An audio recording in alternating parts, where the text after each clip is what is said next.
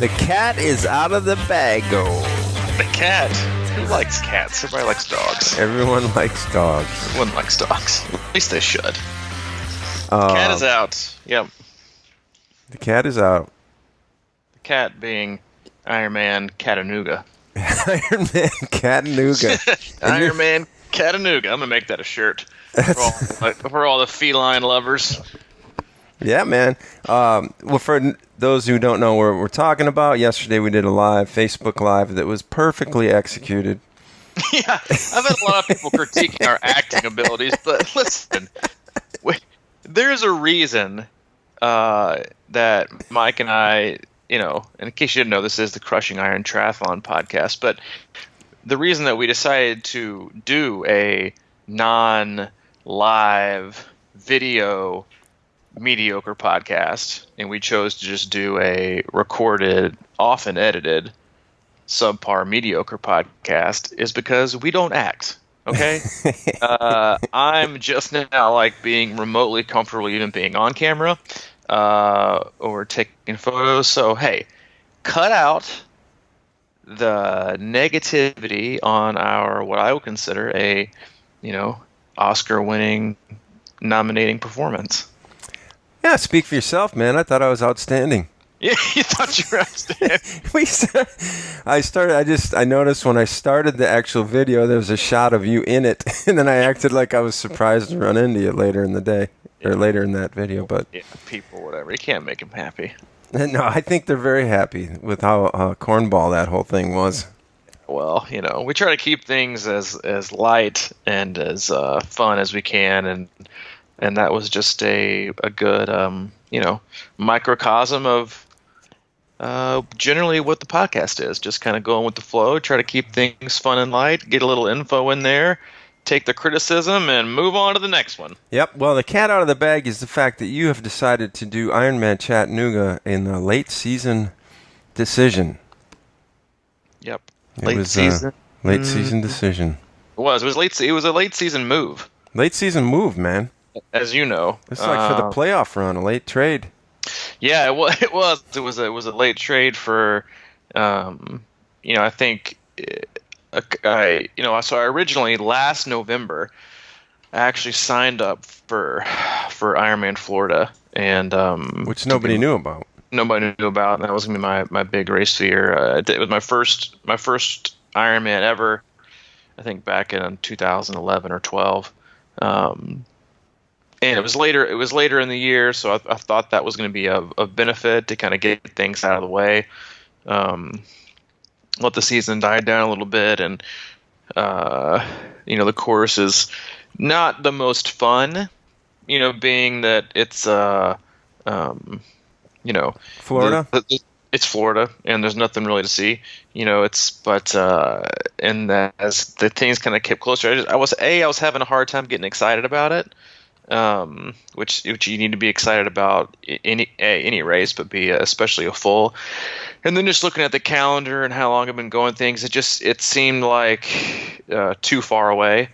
And then again, looking at the calendar and how things were gonna lay out for me. This is, we have camp this week, but then Allie and I have nothing on the calendar and no races to travel to between now and race day, which is like the longest stretch that I've had since before Texas 70.3, which I thought was a really, really good build-up for me with consistency and just not having to travel and do that kind of stuff. So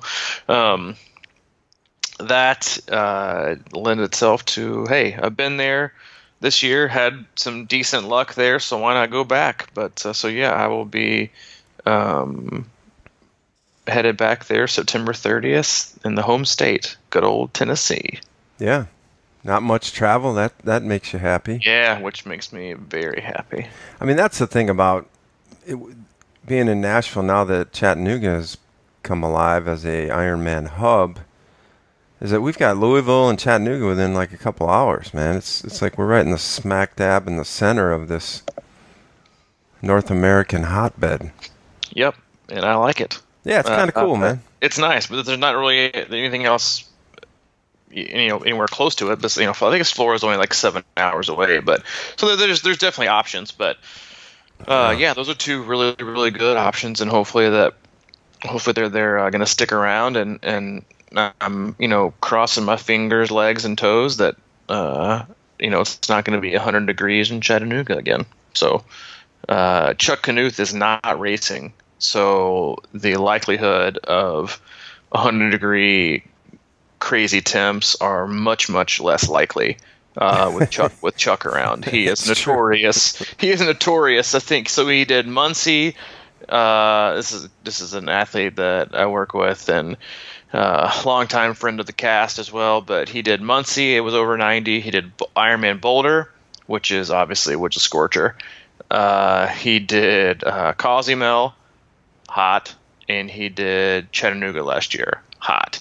So and they're unseasonably hot all those times. Unseasonably hot. For most yeah, very unseasonably hot. So for all you Ironman Louisville peeps, sorry, Chuck will see you in Louisville. So you guys are probably going to have either 105-degree heat or 35-degree wind chill. So yeah. I'd like to thank Chuck for that up front. I've been trying to get that old Ironman Louisville back, so maybe Chuck's the answer.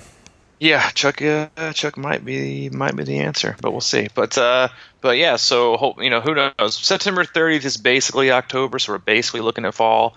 So I'm banking on some good temps. The swim isn't really strength as far as to my abilities, but I'm excited about the course, excited about the town. It's a great town. We loved it. Allie and Hayden had a great time when we went in there in May. So looking forward to being there and hanging out. We have I think a little over 10 athletes as well racing, so will be a good weekend. And the journey started on Monday, so ramping things up a little bit. Got a nice long swim yesterday and a little ride this morning already, and getting prepped for camp. Man, you always seem to put me behind the 8 ball on that early morning workout. Listen, man, I always think I was up at 4:45 this morning. I mean, Allie and Hayden leave the house at 6:20. Yeah. And so I got plenty of time to get something in before we're going to cast. So that's good, man. So you've got 3 70.3s in this year. So this isn't like, a late season, like, I'm going to scramble and try and get ready. I mean, you've been consistent and keeping up with it all along. So like you've got what, 53 days? What is it? I don't know. I don't have my watch on. It's something like 53, 54, 55, 56. So we'll say in the 50s. How are you gonna get better each day from the next 50 days? I mean, how am I gonna get better each day? Yeah. I mean, do you ever think about it in terms of that? Like, when you go into a workout, do you think about it in terms of like, I know you have a workout schedule, but is there certain things that you think about within the workout sometimes that are like, I'm going to do this because it's hard, or that I could use a little, more practice at certain things, for example? Not anymore. Not anymore. Not anymore. I mean, I used to, but now, I mean, I've done quite a few that I generally know what's best for my body, and how it's going to respond. So talk about that. What's best for your body? Because sometimes, let me just put this in there as a thing. So, what can I do today to make improve? And sometimes that happens to me, and it throws me out of my rhythm. You know what I mean? Like I might try something, and be like, "Hey, man, I need to work on this," and it might not be best for my body. Well,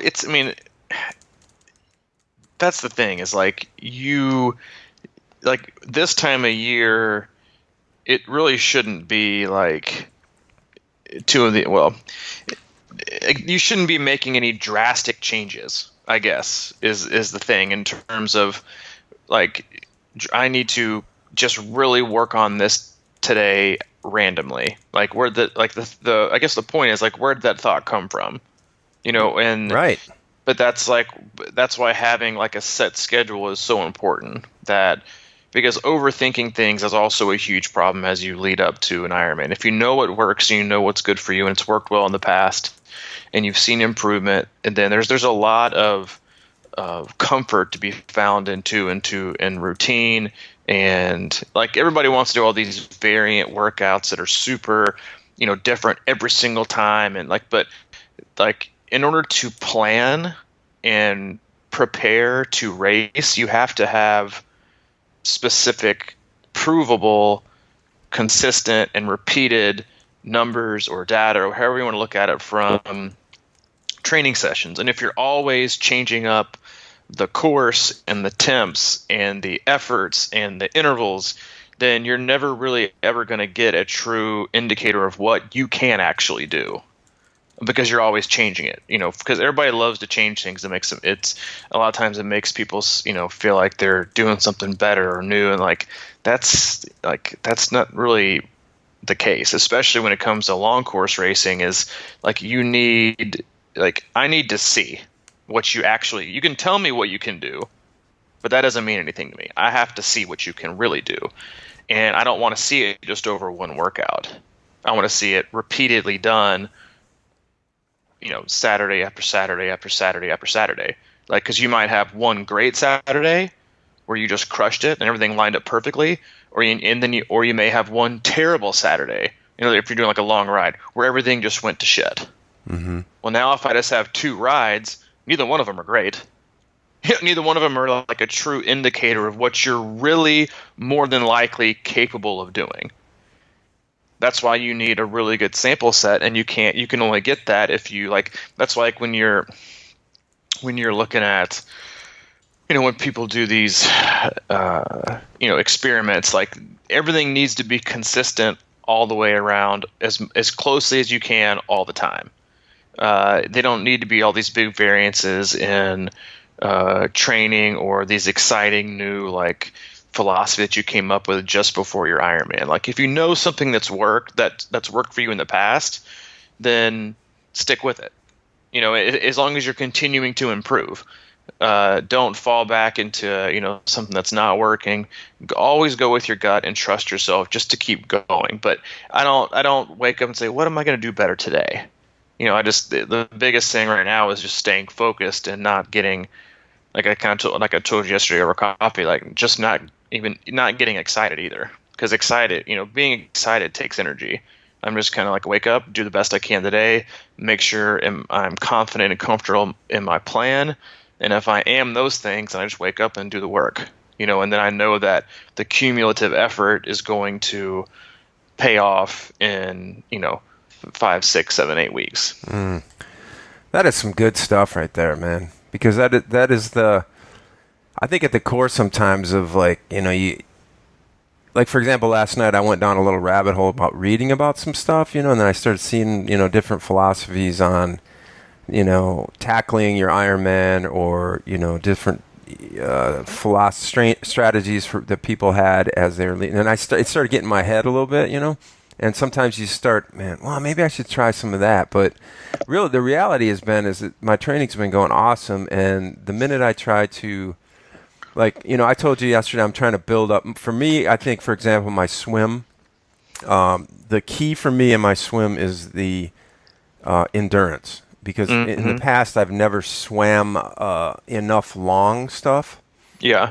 And I think that I naturally have just sort of, and I think this goes back to who you are and what you've been built on. And for me, it's always been sort of quick twitch sports like basketball and baseball and sort of explosive things like that. So I don't have, if I'm in good enough shape, my arm turnover, for example, sort of comes into play. It just sort of happens. Because right. If I feel like I'm strong enough, I'm the type of person that gets into, I think, all three disciplines. Actually, I feel like I sort of get stronger towards the end, and it's a weird thing. If I can kind of pace myself out of the gate and get going towards the end. So the point of all this is when I start throwing in speed work or something like that and just bust my ass in the pool before I'm ready, it really kind of throws off my overall thing, especially late, now. I think that's something I need to work on in off season or whatever, if I want to do that more so, because I think the longer sets, 500s and thousands and, even up to 3,000, continue, whatever. Those are the kind of things that I need in the swim. But on the bike, for example, though, I could do sprint work, I feel like almost all the time on the bike just because of my background. You know, it doesn't, because I think what happens is I'm not as relaxed in the pool or in the water in general, and I'm very relaxed on the bike. You know, I don't mind if it rains, you know, when I'm riding, and none of that stuff bothers me. And you're like that in the pool, right? You know, or nothing phases you. So what happens is when I try to go outside of my comfort zone all the time in the pool, I'm not only pushing my limits in a way that I'm not ready for, I'm putting mental and, you know, I'm just putting all different types of stresses on my body that aren't necessary. Yeah. And I think I'm a little bit more towards the bike on the run because I've been running in sports my whole life. So run just feels comfortable to me, but same thing can happen is if I start, you know, doing too much speed work too fast, that can really be a bummer. Yeah. I mean, listen, a lot of people lose confidence this time of year. Mm-hmm. In like the last because everything becomes more important. And a lot of these thoughts are just your mind playing tricks on you. You know, I got to do more. I got to do more. I got to do more. Or, you know, maybe I should incorporate some speed work. You know, again, we talk about this over and over ad nauseum. It's just like, because there is so much information out there. You know, like that's so. Just give an analogy is like, you know, everybody always used to use like film critics. You know, like, oh, they said this movie is great, so I'm going to go see it. Who cares? Honestly, like, what makes that? Like, who says that person's taste is anywhere close to your taste? Yeah, yeah. You know, like, stick with your guns. If something looks good to you, like, oh, well, you know, like the Rotten Tomatoes, like, gave it a 38%. Like, so, like, be the best judge for yourself, or have somebody that you know has a similar personality or approach to you, and maybe go back and forth with them. Like, if I'm looking for like a new show on Netflix or Amazon Prime, I have like 2 or 3 people that I'll go back and forth with. I don't get on Facebook and like, hey, tell me what some good Netflix shows to get on. And then you get like 17 billion ideas, and you're like, they all look terrible except for one. You know, so you get so much information from people who have a total different personality than you do, totally different taste, that, you know, that may like something like my wife, likes The Crown. I'm like, I ain't going to be watching The Crown. I'm sorry. You know, what I like is, you know, crime, murder, mystery, you know, anything like that is something that I'm all about, you know, like Mindhunter, those kind of things. And so, but that's the same thing that people should do in their training, you know, is, you know, because, so take this, for example, like you read online, oh, well, so-and-so, you know, said that you should watch this show. And you're like, okay, I'm going to do that because I need something new. And so instead of having just the ability to watch a half an episode and make a decision, you latch on and now you're into it for the first 2 seasons. And you get done with the first 2 seasons and you think, that was a total gigantic waste of time. And people do the same thing with their training. Oh, yeah. They jump from like one thing to another every other 3 or 4 weeks. It's always this, it's always that. Some of these, everybody's got their friends. Oh, I'm doing something new. You know, I'm going to try this. I'm doing like the 30-minute bike and the 2-hour run, the 30-minute bike, 2-hour run, 5-hour bike, 2-hour run, all in one day. You know, it's a great way to do things, and they'll change up something. It's just everybody. The closer you get to race day, everybody goes like haywire. You know, it's either buying new gear, or it's changing your training philosophy, or convincing yourself that you're either A, ready, or B, not ready. When the answer is really just, you know, you're still in, you know, I would say, quote unquote, in progress. You know, like you're yet to be. Your true fitness level, your being prepared, has yet to be defined because you're not done yet. Mm-hmm. But most athletes don't have the patience to just wait and wait and trust the process. Yeah, man, we all have that. They sabotage it before race day. Well, we kind of. I mean, that's sort of the story of our life. It's sort of the story of my life, and I do appreciate you always kind of grounding me on this. But it's sort of like, you kind of, the nature of the beast in triathlon sometimes is to look for that new shiny object to kind of get you out of bed or get you out on the court. You know what I mean? It's sort of like, I think that's where.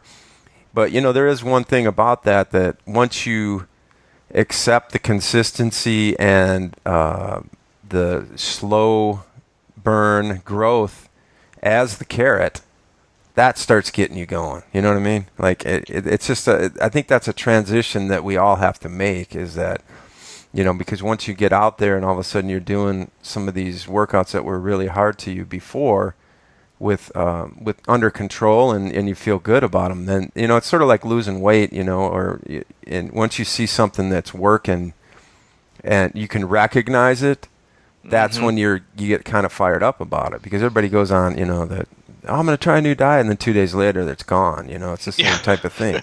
Yeah, then start again on Monday. But, if you can sort of stick with it long enough, and I think in triathlon that takes a little bit longer, to see those gains or to recognize them, because they're so slow and undiscernible sometimes, or indiscernible. So you have to look at the big picture. And that's, again, comes back to, I think, coaching too, having someone else look inside and say, hey, look, no, don't be trying something new. Look what's happening. Look what you've done over the last 3 months.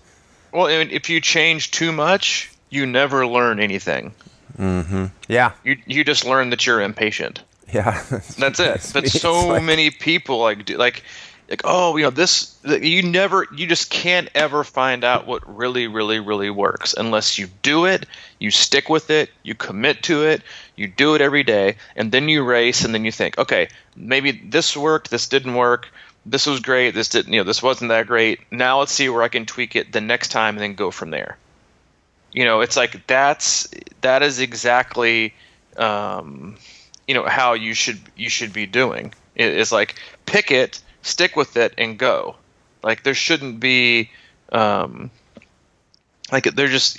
more you change, the longer you're going to prevent yourself from, like, figuring out really what is truly best for you and your physiology as an athlete. Because yes, there are totally different, training stimulus and ways people adapt that they can handle, really, really heavy load. Some cannot. Some can handle, light load, high intensity versus low intensity, age, experience, all that stuff. Like, it makes everything so much more, difficult if you keep interrupting, what I would say is, the process of just paying attention, and that's just something that, most people are just not willing to do. It's and this like a quote I read a couple weeks ago, and it says, individualization in training is earned. There's no point in putting together a customized reading list before somebody can recite the alphabet. And that is triathletes to a T. 80% of them can't even recite the alphabet, but they're trying to individualize their training, before they can read the alphabet. And it happens a ton, and it's very common, but it's also, people use it, I think, as a bridge between feeling down and trying to get excited. Oh, for sure. That's it. Because you can, because if you find yourself becoming unmotivated or low in energy, or things are lethargic, like, triathletes do 3 things. 1, they sign up for a new race. 2, they buy new gear. 3, they change everything about their training. Those are like the top 3,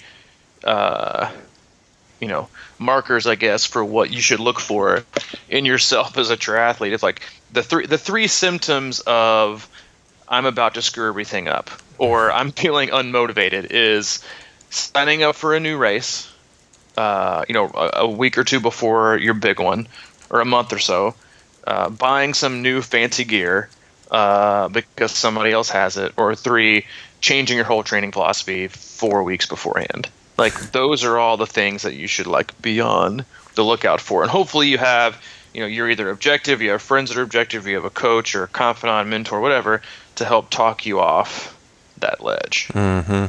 It's the overnight success society that we've created for ourselves. I hate that.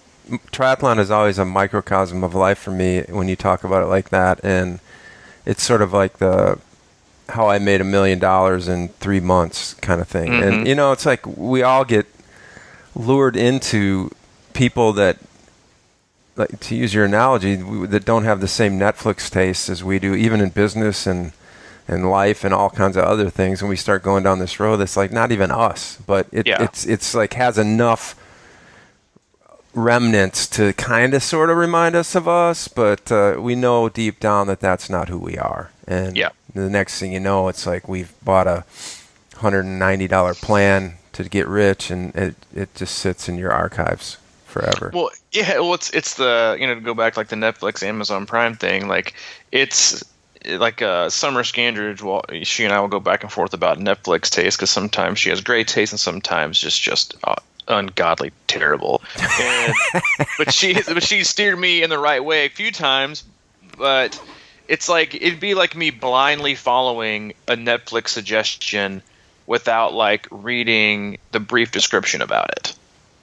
Like if he's like, oh, that looks like a pretty cool Netflix series, and then you just start watching and you commit yourself to 2 episodes, to whatever, without like, I need to read like a good 2 or 3 paragraphs about what the actual show is about, and then I need to come to my own consensus and come to my own answer about, all right, am I really going to be able to invest in this show? And the answer might be no, because to be honest, like the last 3 shows she told me I should watch, I vetoed all 3 of them and went with Chris's suggestion with the Americans, and now I'm on season 3. So you gotta make it your own. You gotta make it your own decisions, or if you don't, you're gonna be stuck in a 5-season Netflix show that's terrible. Yeah, nobody has time for that. How are my suggestions doing for you? I've been pretty solid. Seems like everything I suggest you've already watched. So that it's ours is you're just bouncing things back, and usually what'll happen is you'll suggest a Netflix series, and I'll remind you that I actually told you to watch it, and I've already. So that's what usually happens. I'm like, yeah, dude, I told you to watch it. Like, oh, that's right. But no, it's sort of like training. Exactly. It's like, hey, man, I got this great thing I'm doing. Yeah. 2013. Yeah. But no, it is. And listen, it's not a negative. I think a lot of people do it. It's because I think just that's the nature of who we are and where we are also as like a society, is there's just so much opportunity for comparison. And I deal with it all the time, especially this time of year on a day-to-day basis with athletes that, aren't doing 24-mile training runs, or not doing this, or not riding 140 miles and running 10 miles off the bike. Like, so and it's okay to ask questions, and it's okay to not know. And you just have to you have to trust and go with it. At the same time, like, this is where I am today, so I'm just going to wait and see what happens. 'Cause at least let's just figure out, like I said, let's figure out what works before we decide to change everything. You just need to figure out what works, and you gotta be patient enough to figure it out. And most people, like I said, aren't. Yeah, patient enough and confident enough. That's a big thing too. It's like just having the confidence in what you're doing, because it's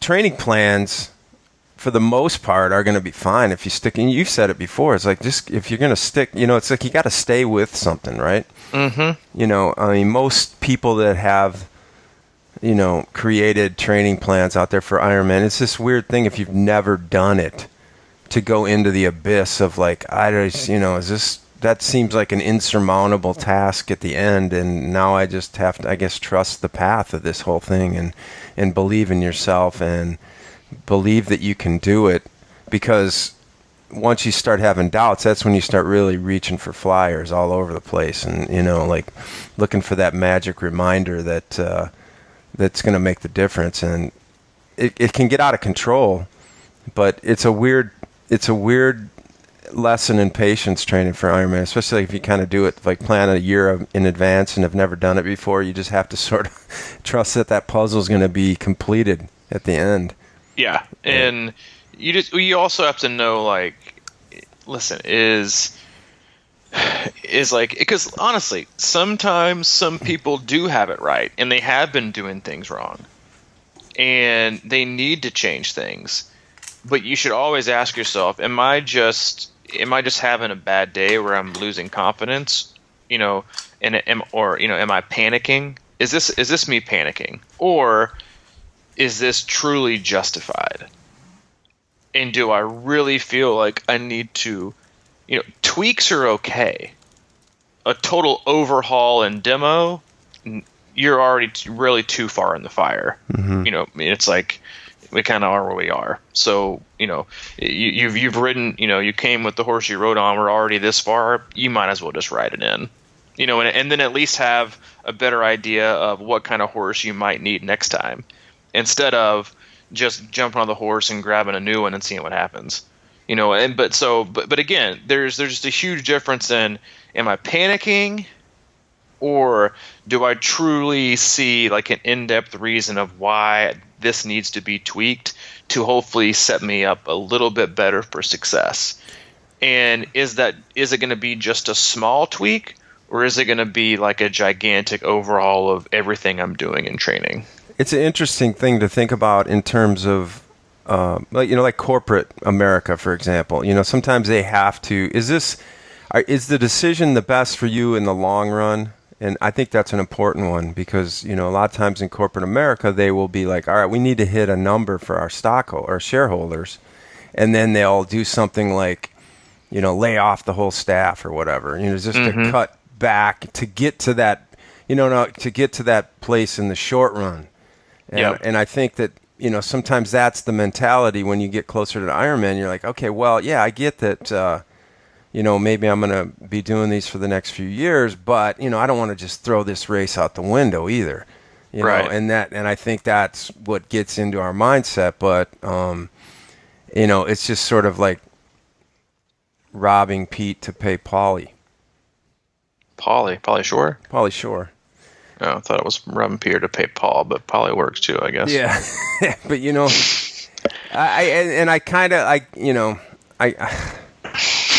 I've never liked that. That was sort of, I worked in corporate America for so long that was sort of how we did stuff. It was like, I know we're in this for the long haul, but how do we change this tomorrow?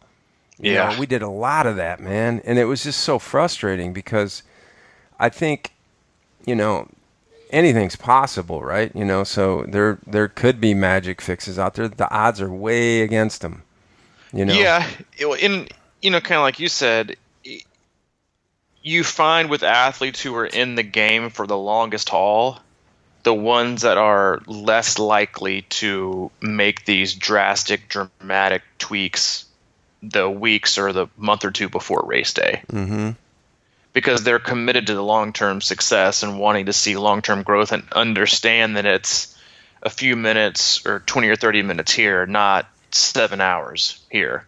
Like it's not, I'm going to take 3 hours off my Ironman time or 2 hours off my 70.3 time this year, and I've got to change and I've got to do all these things and I've got to train 25 hours a week, and if I don't, it's never going to happen. Mm-hmm. It's like, it's that slow incremental growth that sticks, not the I PR'd a race and then my likelihood of PRing again is basically zero, mm-hmm. because I'm never going to be able to duplicate it. And it's a big difference, but it's something that, again, it takes time. And I think the longer you do the sport, that's the thing too, is like the longer you do the sport, the more you know and the more you can trust what works and what doesn't work.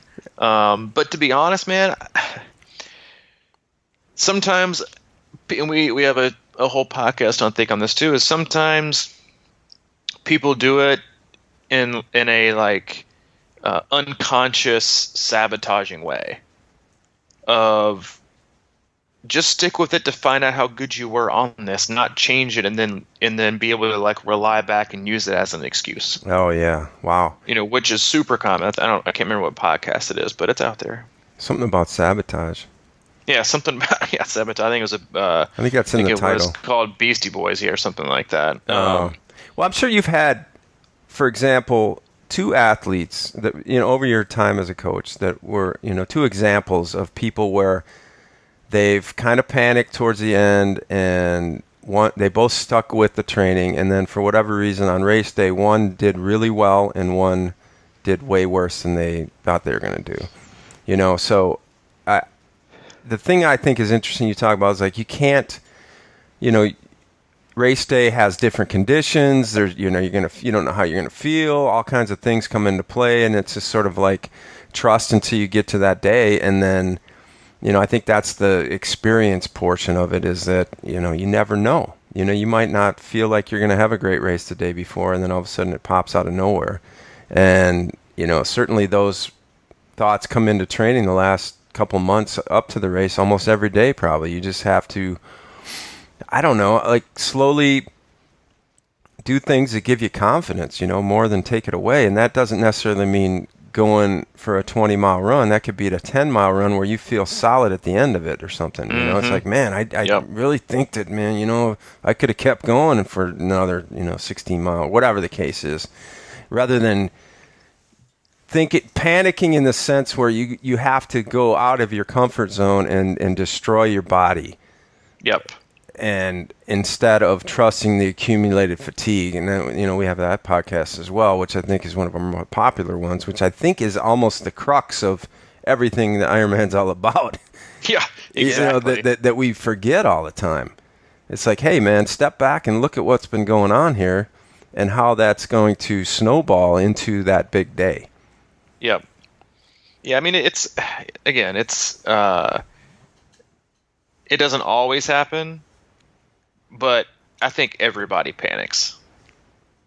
Yeah, varying degrees for sure. To varying degrees. And this is about the time, 8 to 10 weeks out, where people they panic. They panic on two fronts. I'm not doing enough, or I think I'm doing too much. Mm-hmm. There's really no in between for most athletes. But again, it's just go to bed and wake up tomorrow. I know it sounds way too simple, but as we all know, most things in life, like the answer is usually the most simplest possible explanation and process and steps to follow. Go to bed, wake up tomorrow. Mm-hmm. And if you still feel that way, then do X, Y, and Z. And then wake up, and then go to sleep and wake up again. And if you still feel like that, then maybe it's time for a conversation. 99 times out of 100, it's totally gone. Or you understand that. All right, maybe I was just having a bad day. Like I just had I won't say who it was. I just had a text conversation with an athlete who's doing Ironman Chattanooga. And so, same count as me, 50-ish days, and this athlete just kind of like randomly signed up wanted to do like a local sprint on Saturday. And I was like, it's totally fine. You can do that sprint, but just so you know, you're also going to have a long ride later on in that day. Like, weekends right now are a commodity, and we don't have many of them left. And so I'm not going to, give you basically like a day off. So she still has a pretty hard week, and she was like, I don't know if I can handle 2 more hard days in the sprint. I was like, wait a minute. You want to taper for a sprint? We have Chattanooga 50-something days away. And she's like, you know what? I know I'll be fine tomorrow. I promise. I was like, yeah. Talk it through. Let's not make any like drastic decisions based on, being sore today and being, grumpy today, which I think she was just grumpy. And it was like, just go to bed and wake up tomorrow. You'll be fine. Mm-hmm. It's like, don't drastically change the whole plan. Go to bed. Wake up tomorrow. See how you feel. And most oftentimes you're either going to forget about it or realize that you were like totally off base. You're like, I can't believe I was even like considering that.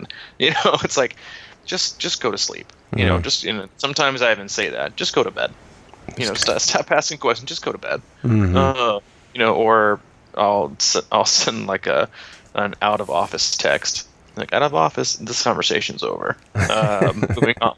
And so it's just like, or ask a friend and be like, hey, is this a really, and honestly, and if you have to preface anything with, is this a dumb idea or it's a dumb idea? It's like the same people that say, all right, I'm not racist, but, and then tell like a racist joke. Well, yes, you are. It's like you can't every time you preface something, the preface is usually the truth. It's it's like I don't mean to be mean, but, and then you're mean. It's like so it's like I don't know if this is a dumb idea, and I'm like, it's a dumb idea. Just stop right there. But you have to be. But the other part of like most triathletes that are type A, that are analytical, they like to have like a 19-paragraph conversation.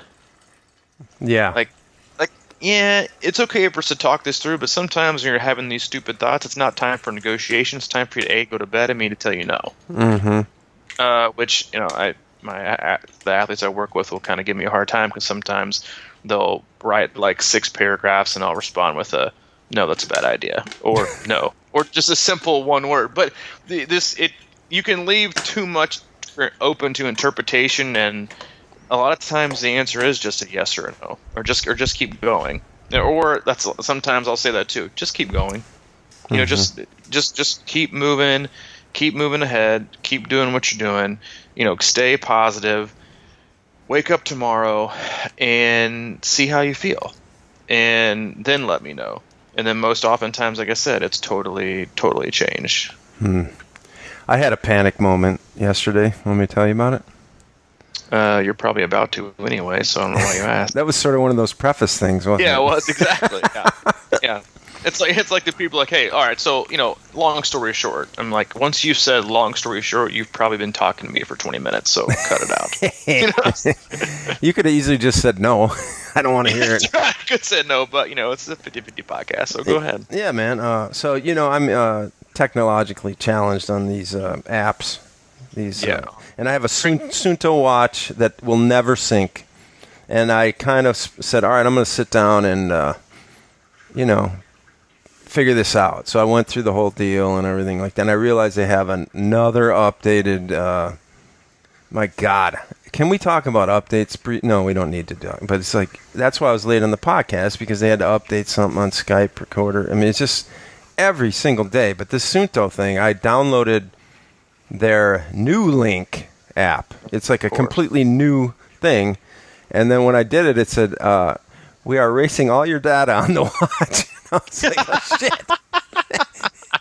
And, I don't really care because, this is the first year I've actually kept that data. Yeah, you're like, what data? I haven't been able to download it ever. Well, they wiped my watch. So, but in a weird twist of events, I was like, screw it, I don't care. I've been actually, doing pretty well, and I kind of wanted to see it all in a big chunk just to see what was going on.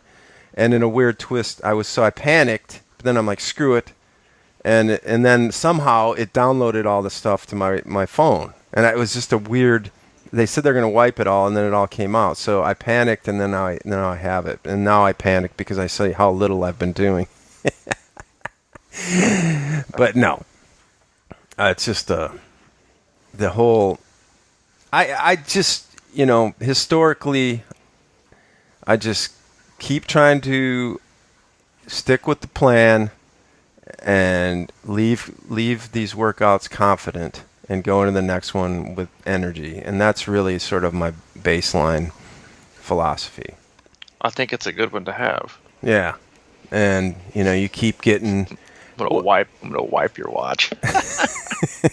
Are you sure you want to continue? Yes, I do. I don't care. People know want to know why sometimes Garmin overprices their stuff, because generally speaking, their stuff usually works great and their customer service is fantastic. Yeah, there's something to be said about that. Yeah, there's a lot to be said for that. You're not paying for the watch or the device. You're paying for the ongoing support, replacement, and customer service. I mean, that's which is how you should pay for a lot of things. So, but yeah, do you want to wipe this clean? It's like, user, do you want us to wipe clean the memory you've never been able to see? Sure, go for it. It's like, yeah. Mm-hmm. Sir, you've been in a coma for 2 years. Would you like us to wipe clean the last 2 years of your memory? Yes, go for it. I'm all in. Yeah. So I did it, and I felt free for a minute, and then it came back, so it worked out. But it's just weird, man. Oh It's my just gosh. weird. It is just weird. Life is that way. I don't. Just stay focused, people. I mean, it's, stay focused, or if you find yourself, becoming unfocused, then, reach out to somebody who will, calmly and collectively talk you back into, getting your butt back in line.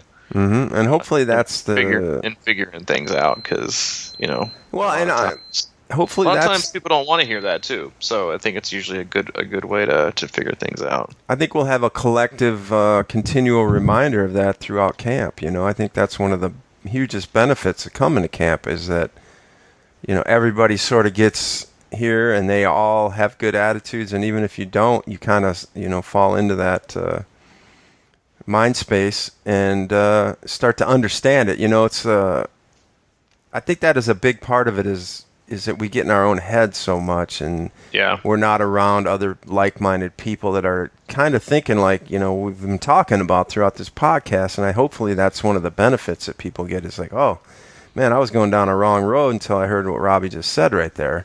And we hear that a lot, actually, and I think that that's really the crux of why people flip their mind so much is they just start hamster wheeling in their own brain and don't have a grounding force of a community or whatever the case may be. And a lot of times, I mean, in our Crushing Iron closed group, if you're not in there, you just search Crushing Iron group on Facebook. I think that's what happens a lot in there. People will come in with questions, and then instead of turning into rants, like a lot of groups can, they will be constructive and sort of like just fade into the answer. Yep. And, while that isn't as exciting as a Twitter storm or some kind of like 1,000 response thread to some meme or something like that. I just, you love memes. Don't act like you don't. I do. We've I think they're funny sometimes.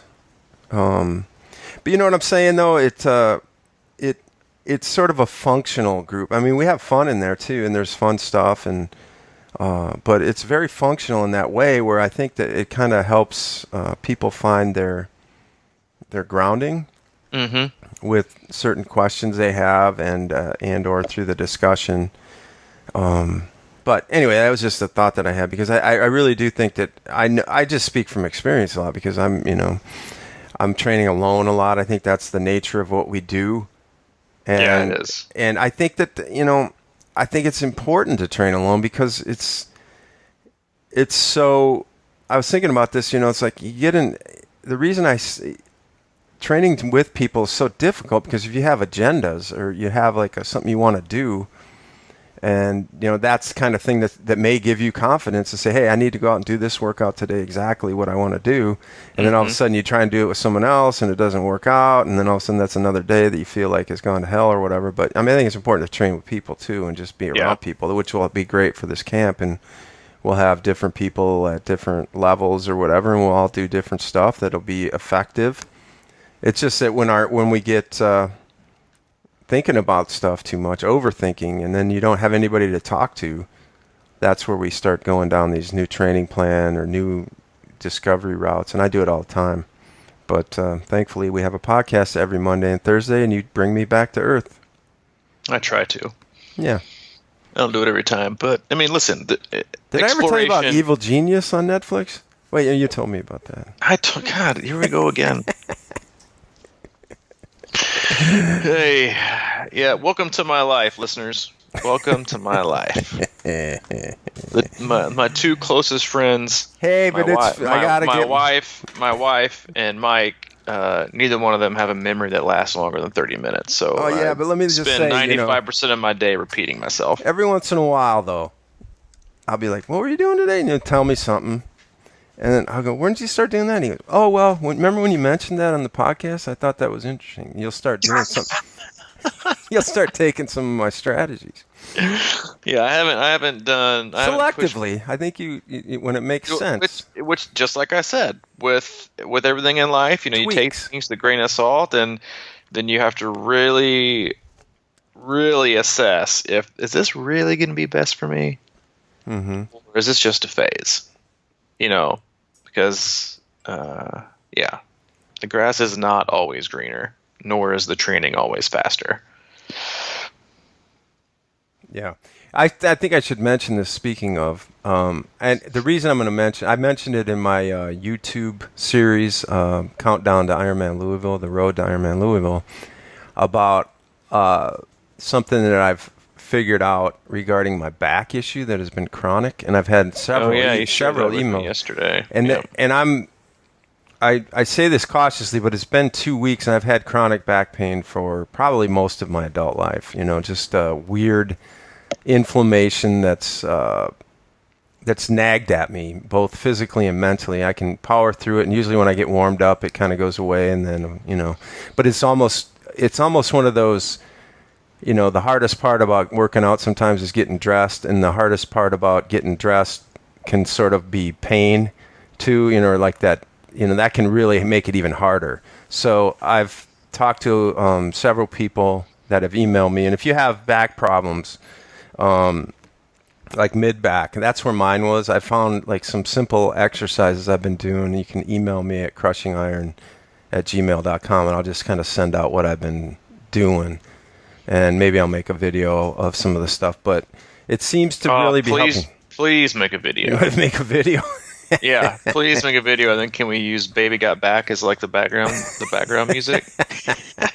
Sir Mix-a-Lot, Sir Mike-a-Lot on the we just lost 7 listeners. So the 2 of you that are still with us, we appreciate it. Be on the lookout for Mike's "Baby Got Back" video series, $2.99 per episode. But hey man, always looking for. That's right. Always looking for whatever you call that. New financial streams. New financial streams. $2.99 Mike's video. $2.99 Mike's videos. Baby Got Back. But yeah, we will be back. Hopefully better than ever. So a little above mediocre on Monday. We'll probably do a little camp recap. Because we always learn a ton at camp. I do, especially. That's one of the other greatest things about having so many people here is you always learn something. And I think, as a coach, when you're able to get hands-on with athletes that you connect with on a personal level and communicate with, you always learn something new, and you can apply that to the next one. So it'll be fun to apply what we've learned from the April and June camp and just other coaching areas and apply that to the athletes that are here. So we'll come back to you again Monday and Thursday. We're creeping ever closer to our 200th episode, which is right around the corner. We'll have a special guest, Mike's mom, and we'll drudge through Mike's childhood and figure out why he is the way he is. Which, ladies, by the way, he is single. Oh boy, here we go. We'll take inquiries to c26match@gmail.com. And, I will put you through the generator to see if you might be a good match for Mike Tirali. Yep. Let's see what happens. Until we can figure out, I know there's apparently there's a triathlete singles Facebook page, which from what I understand can be incredibly aggressive and raunchy. We're actually it is. Yeah, is it? Okay, as you've told me some stories, and I've had some other athletes share. I was in there for a week, and I've been blushing ever since.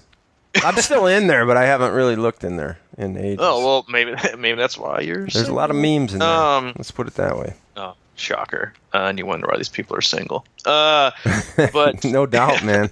Yeah. But yeah, until we can get our developers to hurry up the process of try Tinder, which will be beta version 1308, we'll have to go that route. So, but we'll be back next week. Appreciate you listening. If you want more information on everything else we do, coaching, training plans, some analysis, try camps, the blog, videos, gear, just head over to crushingiron.com. And if you have any other questions, comments, or concerns, you can email Mike directly, crushingiron@gmail.com, or you can email me at c26coach@gmail.com. Yep. And we are having the big camp this week. Believe it or not, next year has already almost sold out. Well, 2 camps are sold out, and 2 camps are sold out, and we got definitely have another one open, and then we may have a announcement here in the next week or two of maybe a special edition camp, but that's to be determined with more information down the road. And the reason I bring it up is because after camp we do a lot of videos, and there's a lot of momentum, and I think that these camps will be filling up even faster. So it is Thursday, and it's before camp. So if you're thinking about doing a camp here, an alternative vacation in Nashville, Tennessee, with a lot of awesome people, you might want to think about doing that. I like it. If you like the podcast and you like our videos and you like all the other stuff we do at a low-key rate and not with heavy marketing and advertising support, you can drop by crushingiron.com and leave us a pledge on our pledge page. Simple one-time donation to help the podcast, help us keep it free and do all these, cover some of the expenses and all kinds of stuff like that. Keep it free. Keep it real. Keep it free. Free it. All right, buddy. It's been a blast. Thanks for grounding me. I'll talk to you a little bit later tonight. Yep. All right, man. See ya. See ya.